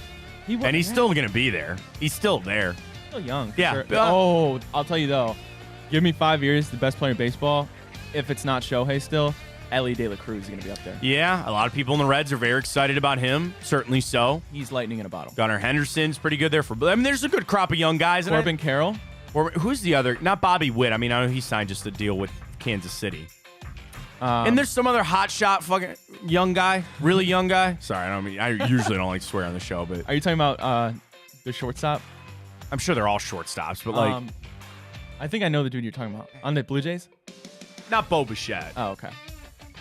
Best young players, MLB. Rutschman, Juan Soto, Vlad Jr. This was just from 3 days ago on Yard Barker. Take that for what it's worth. 25 best players under the age of 25. Juan Soto, Vlad Jr., Bo Bichette, Fernando Tatis, Adley Rutschman, Emmanuel Clase is on the list, by the way. Andrew Vaughn, Josh Young, Corbin Carroll, Bobby Witt, Julio Rodriguez. I didn't realize Clase was that young. Yeah. For Francisco Alvarez, Gunnar Henderson, Mackenzie Gore. Am I thinking of Paredes? Michael Harris, Jack Sawinski, Spencer Strider, Ellie De Cruz. Tanner Bybee also on the list, by the way. Estuary Ruiz, Matt McClain. There's somebody else I'm forgetting of. I don't know. Figure it out. But certainly Harper's right up there with all that money. This day, 1986, Major League Baseball suspended 11 players due to drug use. It was known as the Pittsburgh Drug Trials. And added 1 year suspension for the 11, and 14 other players got lesser penalties, all related to cocaine use. I wasn't around for it, clearly, but you don't understand, Ryan, how big the 80s were for that. And how, I mean, you know Darryl Strawberry, and you know some of the other players, Doc Gooden and all that kind of stuff, but it ran rampant through sports. That happened this day, 86. This day, 1983, the final episode of MASH aired, where 77% of all viewing audience watched the final episode of MASH. Hell of a show. Yeah, it was a good show. This day, 1953, the structural design of DNA was discovered by James Watson and Crick. Francis Crick. You're right. The double helix. I remember that. Remember that from school. This day, 1940, the first ever basketball game was televised. Fordham University took on the University of Pittsburgh at Madison Square Garden this day, 1940. Also talking about college basketball, this day, 1922, 102 years ago today, the first ever formal college basketball tournament took place. North Carolina beat Mercer to win the Southern Intercollegiate Conference Championship. This day, 1922. Very happy birthday goes out to Mario Andretti, Dean Smith basketball coach, Brian Billick, Ickey Woods, Tayshaun Prince, Browns defensive tackle, Dalvin Tomlinson. I mentioned this earlier. It's Luka Doncic's birthday, 25 today, so celebrate it accordingly. Jason Aldean, Gilbert Gottfried, all celebrating birthdays today. Rest in peace. Here we go. 2 movies and a TV show for you today. Kind of up on the air on one of these. We'll see how it goes. But we start with a movie that came out this day, 2003.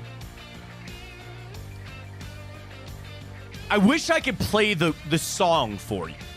Because this movie, one of the first action scenes in this movie, has to do with a song about X gonna give it to you. X gonna give it to you. That reminds me of Deadpool. Yeah, right. You would think that, but it's not. And a chase on a 4-wheeler. A chase on a 4-wheeler. Correct. Not drawing any connections. You might not know it then, because this chase scene for this movie is so insanely crazy. All right, you know who's X gonna give it to you. DMX. The movie he was in, he starred in the movie. Oh, man. Oh. Ever heard of Cradle to the Grave? No. He and Jet Li. And the movie starts with, like, DMX getting away from the cops, and he steals a 4-wheeler and somehow knows how to expertly ride a 4-wheeler and escape 2 guys on dirt bikes. But Cradle to the Grave, this day, 2003. All right, we go back to this day, 1997. This one I don't know if you're going to be able to get, but we'll see. This is a film, first off, an ensemble cast. Ensemble cast, including Academy Award winners. This film is based on the true story of an FBI undercover agent who infiltrated the Bonato crime family in New York in the 70s under the alias that is the name of this film. So an undercover agent. What year did it come out? 1997. Might need a hint. Okay. This film was nominated for an Academy Award. Donnie Brasco? That's nice! Yes! Let's go. Nice! Let's go. Donnie Brasco is correct. Johnny Depp, Al Pacino, Michael Madsen. Never seen it, but I know about it. Oh, it's a good flick. Great flick. Great flick. Donnie Brasco this day, 1997. All right, final one, a television show. This day, 1989. I don't know how to describe it without giving it away. Craig T. Nelson. That sounds like a familiar name. It is. He's done a lot of things. Again, the theme is so... If I played the theme, it would just drill right into your head. You know the theme. I know you've heard it. Three's Company? No. I don't. He was not on... I don't even know who Craig T. Nelson is. I'm just shooting names. Okay. He stars as Hayden Fox, who is in charge of the Minnesota State University Screaming Eagles football team. So if he was in charge of them, he would be the... Coach? Coach is correct. Have you ever heard of the TV it's show Coach? Yeah, you've never heard of Coach? No. So he plays, again, Hayden Fox. And then you had Jerry Van Dyke, who was like his defensive coordinator. Dauber was one of his assistants. Coach was the show there that came out this day, 1999. He's Young Sheldon. That's where I know him from. Craig T. Nelson? Is he? I don't know. I can't say. Yeah, I just found out like a couple years ago that Young Sheldon was a spinoff of Big Bang Theory. I had no idea. Whoa. I honestly just found that out, but a couple of years ago, I had no idea. Apparently, do you watch it? Oh, well, Clearly, I know. There's a kid named Billy. I think he's from Cleveland. Oh, really? Yeah. Well, that show's ending, isn't it? That kid's like 15 now. Yeah, it's just got it. I don't know if it's over yet, but I think it's going to be over soon. Craig T. You want a piece of crap movie with Craig T. Nelson to watch? Go watch a movie. You know, Peter Benchley, he wrote Jaws. Okay. So he wrote a bunch of other books related to the water. He was like a marine bio, whatever. So he wrote a book. It's a TV movie called The Creature. Again, Peter Benchley wrote this. And Craig T. Nelson and Kim Cattrall of Sex and the City fame plays his wife. And they battle in the Caribbean a shark-human hybrid. Nice. It's a shark that eventually grows legs, walks on land. Bruh. It's so bad. How do Go projects watch it. like that get greenlit? Well, it's a mini series. It was like on TV, so they did a 2-part series. Craig T. Nelson stars in that. I don't want to tell you how it ends, how they kill the shark. It's nuts. It's absolutely crazy. The whole gimmick is he's working on an island, tracking these sharks, and then he finds out that the island is an old military naval base, and it was a research facility, and they were creating a shark-human hybrid. It's called The Creature. I'm sure you can find it somewhere. Would you like me to find it on streaming for you? I just want to see what the shark looks like. Oh, Google The Creature miniseries streaming. Let me see. Oh, it's on Prime. Oh, I'm not paying $20 to buy that. Oh, even better, it's on YouTube. The whole movie is on YouTube. Go watch it. Creature. Bad with Craig T. Nelson. You know what's not bad, Ryan?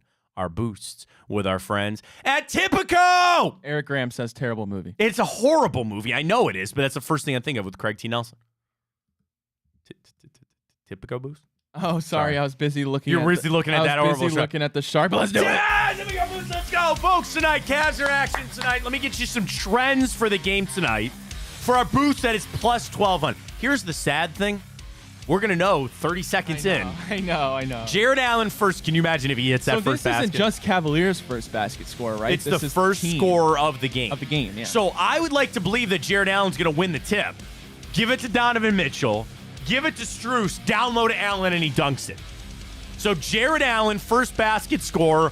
Couple of threes from Strus and the Cavs to close that out. And the money line, that is a plus, a giant 1,200 for us for the Cavs tonight. Let's get into some trends. 8 o'clock tip tonight out there in the Windy City. 5-point spread. It's a low 215 over-under. That's down 8 points between these two teams. Head-to-head, the last 10 games between the Cavs and the Bulls, they've only averaged 110. I'm sorry, 210 between the two of them. Trends. Cavs are 0-6 against the spread their last 6 games, but as we know, 16-4 straight up in their last 20. They've owned the Bulls. Cavs are 4-1 against the spread their last 5 games against the Bulls. They're 7-0 straight up in their last 7 against Chicago. The thing is, the under seems to be the play. Cavs under 10 out of their last 15 games, under 8 out of their last 8 on the road, and 6 out of their last 8 when they're on the road against Chicago. You flip it over for the Bulls, the over has hit 7 out of their last 10 games. But again, the under, 5 out of their last 6 against the Cavs. I mentioned 6 out of their last 8 when they're at home against the Cavs. Chicago is just 1-4 against the spread their last 5 games at home. Is today a little bit of a letdown game for the Cavs tonight? I don't know. I like the money line. I'll take him to do that. The under is 216. You don't mean the under, man. Yeah, you like the under. I love the under. But 216. What the hell? I'll take the under for tonight. Trends tell you that. I think they might be a little tired. We'll see how it goes. Played out tonight. For the Browns, we got a lot of Browns discussion today. I expect more to continue to come out, though, with this team as they're out in Indianapolis for the Combine. Watch for more restructures. We'll keep an eye on that. I think we'll get another one by the end of the week. And again, as I'm playing amateur detective over here, how they do these restructures and how they approach Watson, I think is maybe going to tell you a little bit. I'm going to hold on and be steadfast that I don't think they're going to restructure him majorly. I think you do a little bit. I don't know if they'll do a big chunk of it. I mentioned this earlier, and I didn't get a chance to talk about it, but let's talk about it quick. Caleb Williams, all of a sudden now he goes, I'll go to the Bears. I'll go to the Bears. He's in Indy. He's not going to do anything, as of course he's not. But it's starting to come out, and he told ESPN that he would be excited. What a PR turn. Yeah. He deeply admires Michael Jordan and Walter Payton, loves deep dish pizza, and would be excited if he loves deep dish pizza. If you were going to come to Cleveland, what would you suck up to? I love LeBron. I love Jim Brown, pierogies, Polish boys. He loves deep dish pizza. Don't we all? Yeah. Don't we all? Yeah, come on. And now would be excited if the Bears would draft him. I'm not knocking the kid, okay? When he was at USC, he was the big man on campus. Did you see that? He came out, he made $10 million over NIL. $10 million. Now he's going to go to the NFL. So with that, and I don't want to use the word corruption, but I can't think of another word. This is a 22-year-old kid that's been told how great he is and that his blank don't stink. And he sat there and he goes, I'm not going to the Bears. Get out of here. 2 months later, I'd love to go there. That'd be fantastic. He realized, dude, you can't be doing that. And also, you're going to the Bears. You're going to the Bears. They're trading that pick. And I know Ryan Poles is out there in Indy playing all the right games and quieting it down, all that. Did you hear the team that's making a big push, Ryan? You called it. The Atlanta Falcons. Do you remember Raheem Morris? He went scorched earth yesterday on Taylor Heinicke and Desmond Ridder. Did he? He's the new head coach, Raheem Morris. He's the new head coach in Atlanta. He straight up said, I'm not sitting here if we would have got better quarterback play, I wouldn't be here right now. He said they would not have fired they wouldn't have fired Arthur Smith, and I wouldn't be here if we had better quarterback play. It's valid. I mean, he's not wrong, but they very clearly need to go find a quarterback now. And they'll make that trade for him. You think Falcons? You think that's probably the best bet? I think it makes the most sense. I think he really, truly, especially in the NFC South, I think he really takes them to be the favorite in that division. Williams telling ESPN, Caleb Williams telling ESPN by phone on Tuesday, this is what I've been preparing for my whole life. Since I was 10 or 11, this is what I've wanted to do for the rest of my life. That age until now, it basically feels like your whole life. I'm excited. I'm ready to get back to football and around my teammates, my brothers, my new teammates, and my new brothers. If I get drafted by the Bears, I'll be excited. If they trade the pick and I get drafted by someone else, I'm just as excited. Speaking about Chicago, they have a talented team, a talented offense and defense. For anyone in that situation, I think they'd be excited.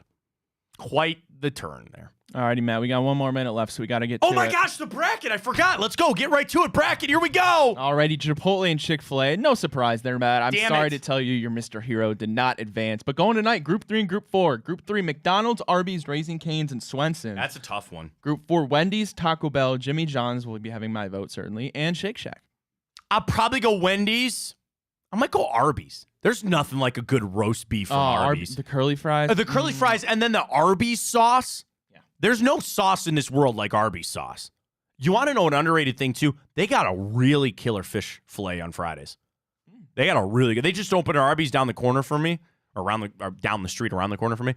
Maybe we're going to fry there for a little bit. They got a good fish fry there at Arby's. So vote on that at Matt Fontana Show. Drop us a follow there, Twitter, Instagram, and the like. Enjoy your evening tonight. Coming up, Bruce Drennan. Bonus time. Get your tweets in for Bruce. We'll see Ryan on that show a little bit later. For Ryan Tyler, I'm Matt Fontana. As always, take it easy.